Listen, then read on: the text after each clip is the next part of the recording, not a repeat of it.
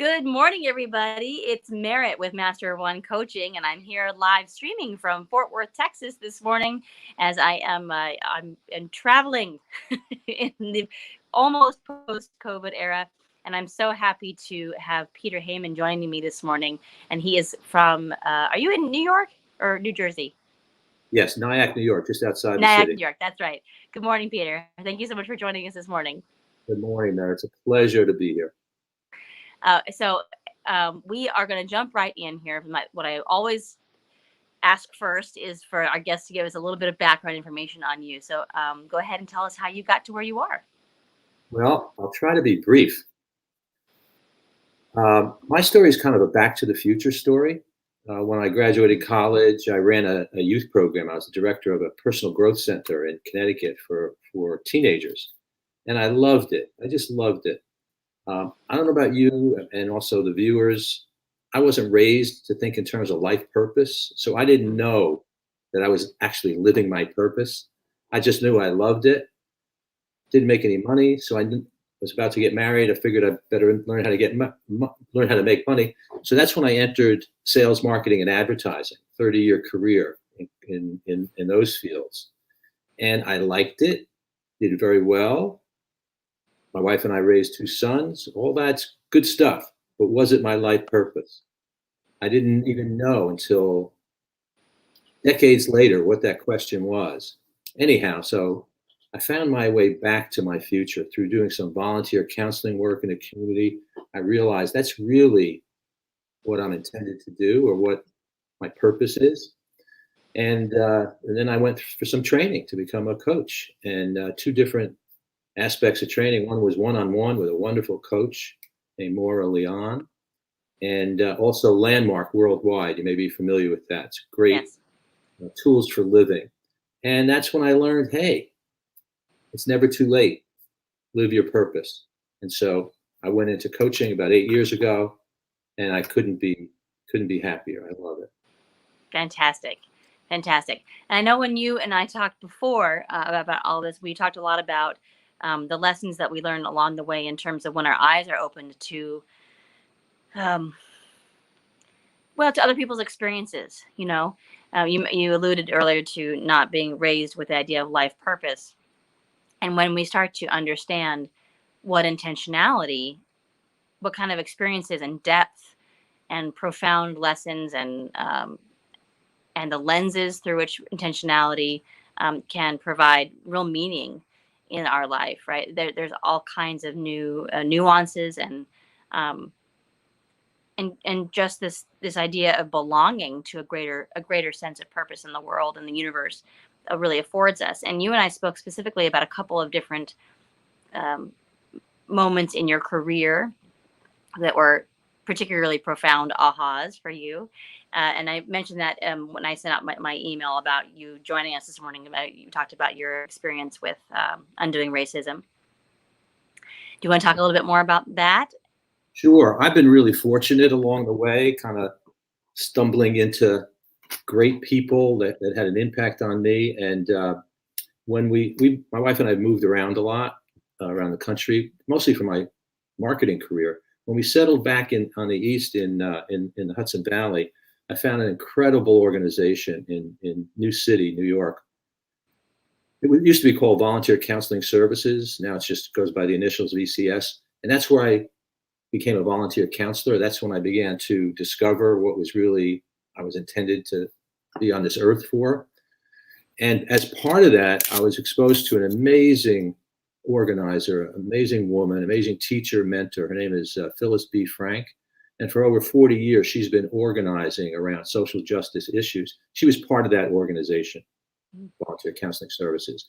And that's when I went to my first Undoing Racism workshop. Oh my goodness, Merritt, it just life-changing. Mm-hmm. I always say that every white person in America needs to go to an Undoing Racism workshop, and every person of color should go. The distinction is we white folks, I mean, I identify as white and am white. I don't ever have to think about race. I can live my life without thinking about race or racism. That's one of the privileges.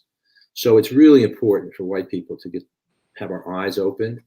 And it's not about pointing fingers or blame. It's an amazing we always hear about America needs to have a deep discussion about race. Well, this is it. It's a 2.5-day workshop. Now there are others doing similar work, having been trained in that. And it's just awesome. And then, so I got, it rekindled some issues that I was involved with in college about race, racism, anti-war, all of that, and social justice.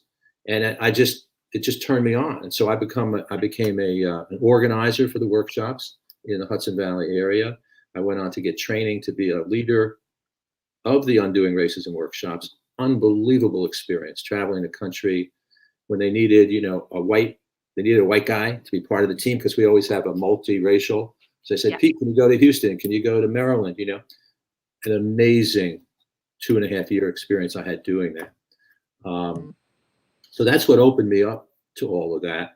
And part of the work that Phyllis taught me and exposed me to was also not only anti-racism, but anti-sexism, taking on gender and what that means in America. And with both, what you do is you need to look within first, deeply. So in terms of racism, I needed to look at me as a white man in America and what that means to me, being white, being privileged. Same thing with the training I went through for sexism and anti-sexism work. Unbelievable experience of opening myself up, and then being able to go on and do the work of organizing and helping with workshops. And I got involved with the domestic violence program for men with that same agency in New City, New York. Unbelievable experience. And so I've been doing that work ever since. And that's also what helped get me into coaching, because it touched connecting with people. I won't go through the whole thing, but I really led most of my life, most of my first 50 or so years, really being pretty disconnected with people. That has to do with my own upbringing and how I was kind of locked in a little box, the way many boys are raised and socialized in America. Is a great metaphor of how to be a man box, and it's a great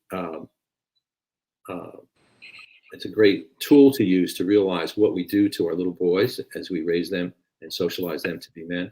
So anyhow, that's what opened me up to all of that. And I use all my life experience. You know this, as a coach, you bring your entire experience. And you can be a phenomenal coach and be young, and have not have a full life of experience. But I come at it from another way. I had a full life of experience in all aspects: family, raising 2 sons, being married for over 40 years, working in corporate America, working in social services. So I bring all of that to my coaching, and I think it helps. It helps me in my practice, the way I practice it. Yeah. If you could, you mentioned I think it was a video, yes, about the living in the box. Wasn't there a video? Yeah. There's a terrific TED Talk.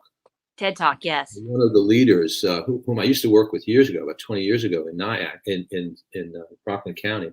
His name is Tony Porter, and he and his partner Ted Bunch created A Call to Men. It's a fabulous organization. It's literally what it sounds: a call to men to redefine masculinity and manhood. He took all the things that we learned way back 20 years ago, going through those workshops I mentioned. He took the things that a leader by the name of Paul Kivel created out on the West Coast, called How to Be a Man Box. And Tony's a phenomenal speaker, very big, powerful, dynamic speaker. And everybody should go to it, I think. Go to TED Talk, Tony Porter, Man Box. And I'm gonna put it in the comments here, just so that we can. Tony Porter. Cool. So if anybody out there wants to watch it. And also, if you could just put Paul Kivel, because he was part of starting that metaphor, that teaching tool, and he's a prolific author. He's got about 30 books on raising boys to be men, on racism, race and racism, what white people can do, all kinds of books that are really powerful. So check out paulkivel.com also. Awesome. Fantastic. All right, thank you so much for sharing that. And I would love to dig into. I mean, most of the audience knows that I am a mom of 3 sons, and so it would be wonderful to show them the that, and my share it with my husband, and so I'm excited to dig more deeply into that as well. Thank Oh, you. awesome. And that brings me to a great segue about our topic for us, our general topic, and I threw in the gender dynamics and leadership because of our conversation, when we first connected about this topic. So, as a coach and as your experience in leadership, in marketing, a business experience, how are you? Let's see. How do I want to ask this? I think what I want to ask is your experience in witnessing gender throughout your career, and where were the shifts? What are the shifts that you have noticed? Yeah, it's a great. And where are you encouraged, I guess? I think, Next part of the unfortunately, I'll go to question. the second part. There hasn't been enough shift, in my opinion, in terms of gender politics, gender dynamics in the workplace, in society in general. I mean, we're still same with racism. I mean, we still have such a long way to go. But in terms of gender, uh, my training is to go back to history, and you look at history of the United States. I can't speak to the world, although these dynamics are true worldwide. But in the United States, our very founding of our nation, our history, is based on patriarchy. It's based on men having power and control. Right from the forming of our Constitution, all men are created equal. They meant all men. They were brilliant. We give them credit for the founding fathers for being brilliant, but then we say, well, they didn't really mean men. No, they meant men. They not only meant men, they meant wealthy, landowning, white, Christian men are equal and can vote. They ruled out everybody else. So that's the start of our nation.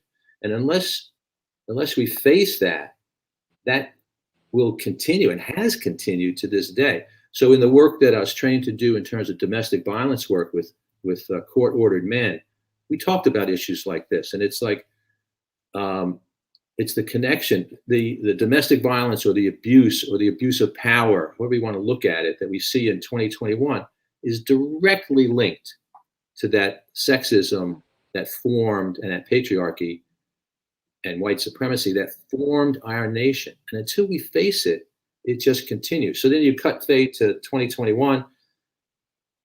A lot of people, particularly people who have privilege, want to say, "Oh, that's history. Let's move on. Don't play the sexism card or the racism card, or and you just want to overlook it." But it's deeply, deeply rooted. Now, so what happens today in corporations, in organizations, nonprofit as well? We're faced with the residual of all of that. Hundreds of years of kind of ingrained sexism and patriarchy. So until you realize that and face it, it just continues. We make little steps here or there. We now have a vice president of the United States who's a woman, and a woman of color at that, and that's awesome. We had a president a few years ago, if we can remember, who was Black, and that was awesome.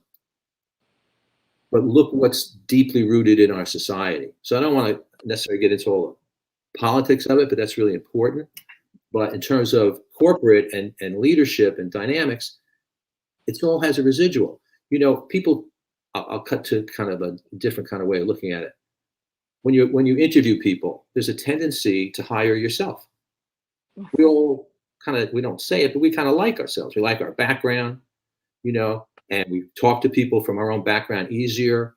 And it's easier to hire yourself. And it just goes on and on and on, meaning white people in control tend to have a network of people who are white and of the same class, the same education level. And that's what continues things. It continues things. Unless you make a conscious decision to go against that. My mentor used to say, swim against the stream, take that on. It just will continue. So we're seeing some changes. The women's movement has been unbelievable. I guess there's about 3 waves of the women's movement. And we men need to listen to women. They know about issues of gender inequality in the workplace. So if a company or an organization wants to do something about it, You have to include women at the table. You have to include people of color, particularly Black people, at the table. Otherwise, we're not going to get anywhere. And I hope that answers some of what you were asking. It does, definitely. And I think what you said earlier about, always having the white man as part of the facilitation team. When I did my facilitation work a few years ago with the National Federation for Just Communities, similar, very similar, aligned work with the Undoing Racism program, and we did the same kind of thing. It was, we always had a model of a team approach, because you have to have, in the language of that work, you have to have the voice of the oppressor as well as the oppressed. Otherwise, it will not be heard by the oppressor. And that's not saying that every single white person is an oppressor consciously, of course. That's not at all what it's, but it's exactly what you're saying. We're looking at the birds of a feather mentality. Like, we're just neurologically wired to listen and relate to people who look, smell, sound, like us. And that's not inherently a bad thing, because it's about safe. It's a neurological safety instinct, right? To pick up, if I understand you, if I know you, then I feel safer. But as you're saying, the intentionality behind making a choice to include others, when we know consciously here, not in the lizard brain, but up here in our human, conscious adult brain, we say, oh wait, no, I am safe. I don't need to revert back to that safety mechanism. I'm safe here. And so now I need to understand that, like, all kinds of people contribute to the wealth of the world, contribute to the and I don't mean just wealth, like money wealth. I mean the intellectual wealth, the creative wealth, the holistic prosperity of all. That we need to intentionally make the decision to stretch ourselves and swim upstream, as your mentor said. Yeah, and the organizing work that I've done on both issues of sexism and racism, because of my corporate background working in marketing, I keep trying to bring these workshops and these seminars to corporate America. It's kind of an uphill battle, although it's getting a little easier. There's some progress. But even from a bottom line standpoint, if it's a corporation that's selling products or services, if you're only talking to yourself, you're ruling out a tremendous audience that could be buying your services or products. And if you're not including them in the decision making of, let's say, advertising and communication and how you're presenting your services to the world, if it's only from a white male perspective, that's bad business. It's just bad business. And even looking at that level, not to mention the human level. And then one other thing is, let's remember, and I know you know this very well, but let's remember that all those distinctions, racial distinctions, gender distinctions, it's all, excuse the expression, but it's all trumped up. It's all made up. It really is. There is no difference. There is no substantive difference if we're looking at the races of people. The cliche is there's one race, and but it's true. There are no differences. There are no biological important differences other than some of the surface issues. No difference. Same thing with men and women. Men and women, there are obviously there's some more differences physiologically, but other than that, in terms of capability, in terms of brain power, in terms of what women can contribute to the world, it's just bad policy. It's just stupid. Yeah. Well, so I'm curious about what I like turning points. I like identifying those, because I think that so many people, when they think aspirationally, when we think about what I want to accomplish someday, or who I want to be someday, or where I would like to go someday, it feels like a really heavy lift or a very long journey from here to there. And oftentimes, I mentioned a few weeks ago, I was talking about Wayne Dyer, and he talks about this quantum moments where everything, it's just sort of like you have that moment where, oh my gosh, I'm just a speck in the universe, and everything sort of comes together, and I've had a quantum shift into where I want to go, or into the world I want to be in, or I start to see things differently. It doesn't have to be anything where yes, the journey starts with a single step. And yes, you need, consistency and are all, that's all really important. And also, it doesn't have to be a 180 shift in our perspective. It can just a really small shift that just changes our perspective.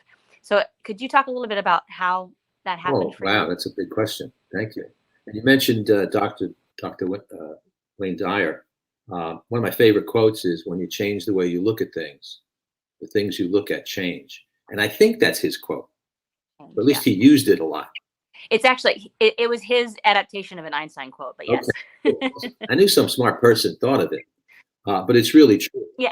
And several smart people. Yeah. I think that's what you're talking about here about, it doesn't have to be a 180. Just shift the way you look at something, and all of a sudden things change. And of course, that's what good coaching is about too, you know? Now I forget your question. Oh, how did that relate to me? what was, yeah, what can you, I'm sure you've had several, but can you identify one of those I'll give you, I'll, moments that was a small shift that had a profound I'll give effect? you one that was extremely profound, and it had to do. I learned this in Landmark in my exploration of the Landmark uh, personal growth program. I knew myself pretty well. I was always pretty self-reflective. I mean, I can look back when I was a kid.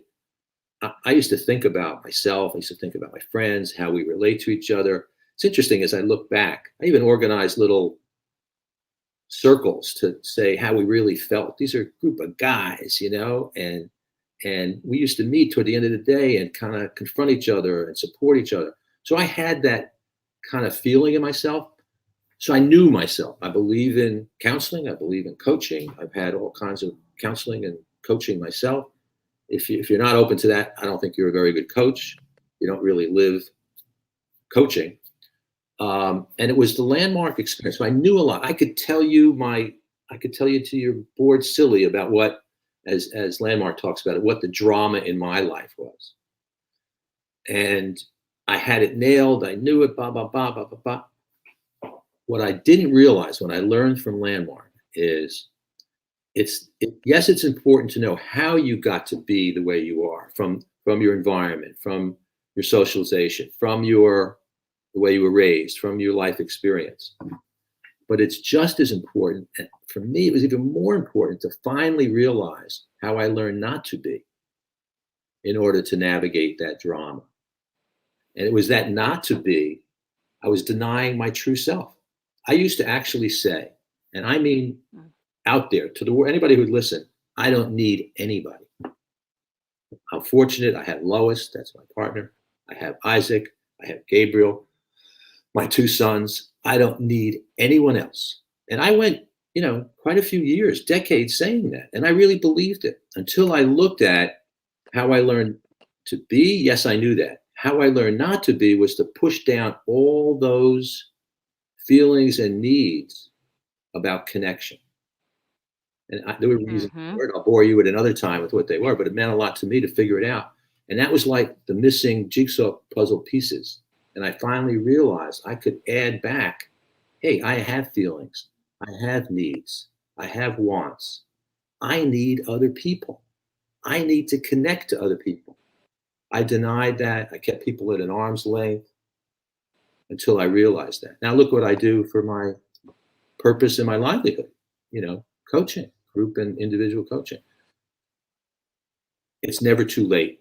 I almost waited too long, but it's never too late to make those kinds of changes. So that was the shift that meant a lot to me.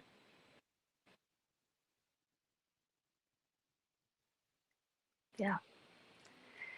That's really awesome. I'm hoping that I'm saying a little tech. It's okay. You were kind of freezing up Can, while I couldn't hear you. yeah, I think I'm having a little bit more technical difficulty here. Can you still I can see see me? you and I can hear you, but every once in a while you can. Okay. Well, yeah. Well, I think that's such an important and it's such an important story to hear because, and as I was, just last years old when I learned about that idea of saying that I don't need anybody else is actually a trauma response. And pardon me. And so I had to really ask myself over and over again, like, is that who I really want to be? Do I really want to have, do I want to be an island? Um, Obviously, none of us are, but I had convinced myself of the same thing, that I was an island, just like you had said. And um, sure, we don't need anybody else for survival. That's true. But if the limit of our scope of expectation of ourselves is to survive, then it's not a very Yeah, fulfilling life, right? exactly. Not a very meaningful life. So thank you for sharing that. I think that it's a profound but small shift. It's just a matter of asking the question: what would be possible if? Right? What would be possible if I were to change my perspective? What would be possible if I were to include somebody else in this conversation? What would be possible if I decided I wanted to open my eyes to something new? Yeah, those are great questions. Um, that's really, I love that. Thank you for sharing that. What about what a question like, what if your sort of party line, philosophy is not right? What if what you tell yourself and tell your world Right. all these years, it's a little off. It's not, doesn't tell the full picture. That's Hmm. another kind of way to look at it too. Um, Yeah. Important. Well, in our last couple of minutes here, Pete, I always ask people for their golden nugget of wisdom. If they could leave the audience with one sort of little tidbit, what would that be? Well, I think it comes right after what we just said. It's never too late. It's never too late to kind of, here's a bad plug. It's never too late to get out of your own way and get on with it. That's my book. But it's true. Sorry. We have No, ways no, of getting, don't be sorry. That's wonderful. I'm not really sorry. You're right. Good, good, good. There you go, coach. I wasn't sorry. Um, but I think that would be it, that it's never too late. I just started, I love how a coaching practice, if you're open, can evolve. And I was referred to, referrals are the best way to grow a practice, right? So I had this client I've been working with a little over a year, a lot of business coaching, a lot of career coaching. He said one day, he says, "Hey, Coach Pete, I have a referral for you." I said, "Fantastic." He says, "Will you talk to my mother?" Well, I almost fell off my chair. That was so great. Here's this middle-aged man saying, referring his mother. And I've been working with his mother. She's a pistol. She's great. And she was at what she called the fourth quarter of her life. She said, "Pete, I'm a football fan, so that's how I express it. Mm. But I'm retired now, but I'm not finished. I want to find purpose and fulfillment and joy." Those were her words too, of this next fourth quarter of my life. So I said, well, I love the idea. I'm stealing the name. And so I added a landing page to my site that says fourth quarter life coaching. And what that says to me is that it's never too late, and that our lives are filled with ages and stages, and at every age or stage comes transition, comes challenges, and opportunity. And that's when teaming up with a coach can be really helpful to sort through that and get on with it. So that's, I would say it's never too late. That's my pearl of wisdom. Fantastic. I love it. I love it. All righty, Pete. So,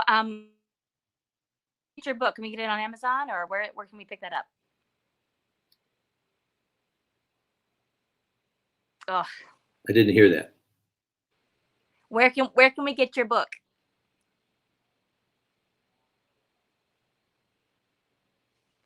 Oh no. Ah.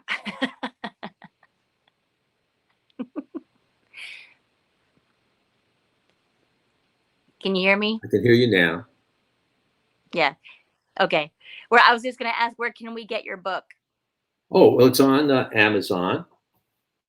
It's called Get Out of Your Own Way and Get On with It. And it's really, it's kind of encapsulates my approach to coaching and my beliefs in coaching. It's a kind of a primer, or it's almost a workbook.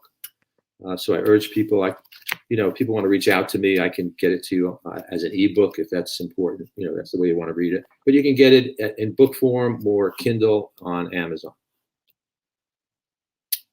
Yeah, Great. it was a great kick writing the book. I loved it.